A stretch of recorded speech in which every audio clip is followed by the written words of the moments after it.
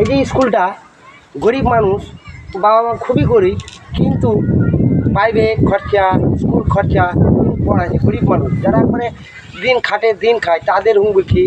আচ্ছা, চাকরি কি মানুষ যারা উচ্চ মাধ্যমিক পাস করেছে এবং ফার্স্ট ডিভিশন সেকেন্ড ডিভিশন তাদের কোনো দামি নাই? চাকরি পেতে গেলে কি ঘুষ লাগবে সরকারকে? এটা কিন্তু ভুল ধারণা। তাদেরও মানে পড়াশোনা ভালো ভালো রেজাল্ট করেছে, তাদেরকে তো চাকরি দিবে। আর যারা চাকরি করছে তাদের মাইনা বেরিয়ে গেছে, অথচ তাদের একবারে যত জনম বাঁচবে তারা তত জনমই কি চাকরি পাবে? তাদের জায়গায় তো অন্য ঝোনাকাজিং বসাতে পারে।